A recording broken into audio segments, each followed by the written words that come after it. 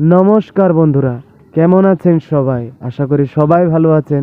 তো আজকে আমি বানাবো কাঁঠালের রেসিপি। তো আমার কাকার মেয়ে এসেছে, আমার ভাগ্নি এসেছে। তো তাদেরকে বললাম আজকে কাঁঠাল গাছের থেকে পেড়ে তোরা কাঁঠালের রেসিপি বানা। তো ওরাও বললো আজকে প্রথম প্রথম, তো আমরাও আজকে বানাই, ট্রাই করি। তো এটাকে ভালো করে কেটে তারপরে এটা রান্না করতে হবে। দেখুন অনেক কষ এটাতে, তো আমরা এটা ভালো করে কাটতে হবে। তো কাঁঠালের রেসিপি অনেক সুস্বাদু, কিন্তু কাঁঠালটা বা কাটা এটাই অসুবিধা। এটা কাটার পরে রাঁধাটা অনেক সহজ।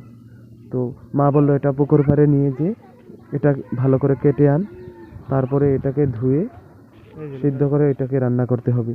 তো আমার ভাগ্নি বলল যে আমি কাটি। তো ফার্স্ট ও ট্রাই করবে বললো। তো দেখি ও কাটতে পারে কিনা। না কাটতে পারলে তো এটা আমার ভাগ্নি, আমার বোন এখানে দাঁড়িয়ে রয়েছে। তো ওইটা আমার কাকার মেয়ে। তো ফার্স্ট ফার্স্ট ও কাটতে ট্রাই করলো, তো পারলো না। তো আমার কাকার মেয়ে বললো যে আমি কাটি এটা। তো ও আশা করি ও ভালো করেই কাটতে পারবে।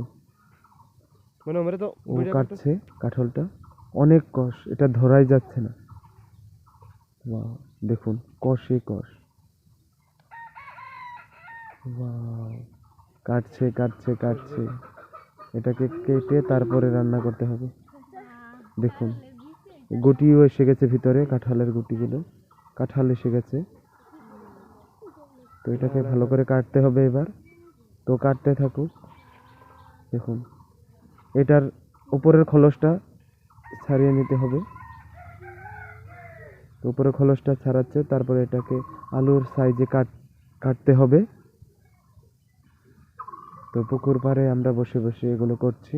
তো প্লিজ আপনারা আমার ভিডিওতে ভালো লাগলে সাবস্ক্রাইব করবেন কিন্তু, আর আমাকে সাপোর্ট করবেন যাতে আরও ভালো ভালো রেসিপি বানাতে পারি, আরও এগিয়ে যেতে পারি আপনাদের আশীর্বাদে। তো আমার ভাগ্নি এখানে গালে হাত দিয়ে বসে রয়েছে। তো বোন এটা কাটছে, তো এটা ছোট ছোট করে কাটছে।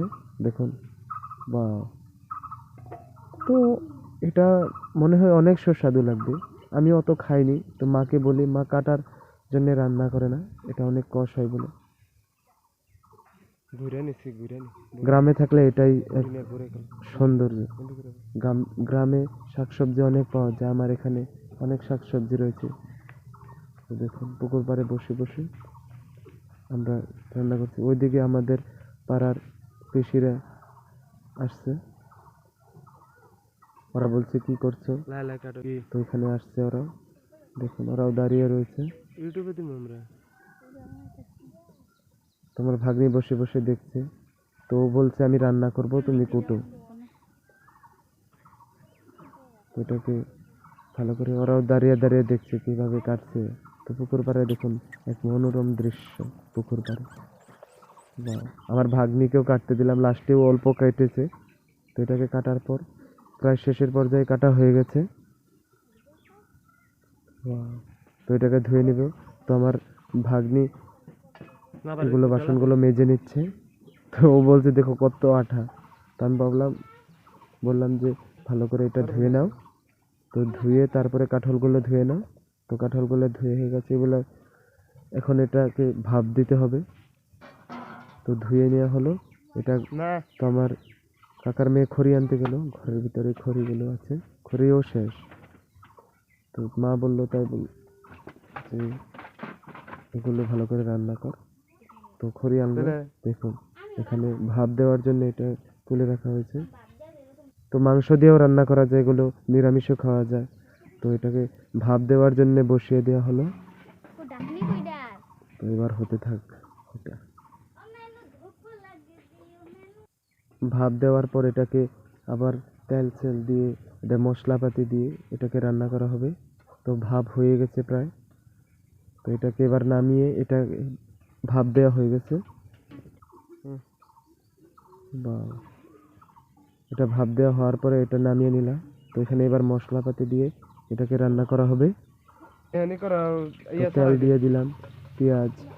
আর এখানে সিম্পল ভাবে এটা রান্না করা হয়েছে। তো এটাতে অনেক কিছু দিতে হয় আরো, মাংসর জন্য এটা বহুত ভালো রেসিপি একটা। তো এটাকে মশলাপাতি সব দিয়ে দিল। এটা এবার জাস্ট সিম্পল রেসিপির মতো এটাকে রান্না করা হয়। মশলা আরো দেবে না? তো এটা সরিয়ে দিল। তো এখানে একটা আলু দিয়ে দেওয়া হয়েছে যাতে সবজিটা আরো ভালো লাগে। তো আমার ভাগ্নি এখানে বসে বসে রান্না করছে। Wow, সবজিটা হয়ে গেল, প্রায় সবজিটা হয়ে গেছে। এবার সবজিটা নামিয়ে নেওয়ার পালা আর খাওয়ার পালা। তো আপনারা আমার ভিডিওটি প্লিজ প্লিজ সাবস্ক্রাইব করবেন আপনারা। ধন্যবাদ আপনাদের সবাইকে আমার ভিডিওটা দেখার জন্য। মশলা দিছি পরে আবার তো আপনারা আশা করি আমার আরো ভিডিওতে আপনারা সাপোর্ট করবেন, লাইক করবেন, কমেন্ট করবেন এন্ড সাবস্ক্রাইব করতে ভুলবেন না কিন্তু। Thank you.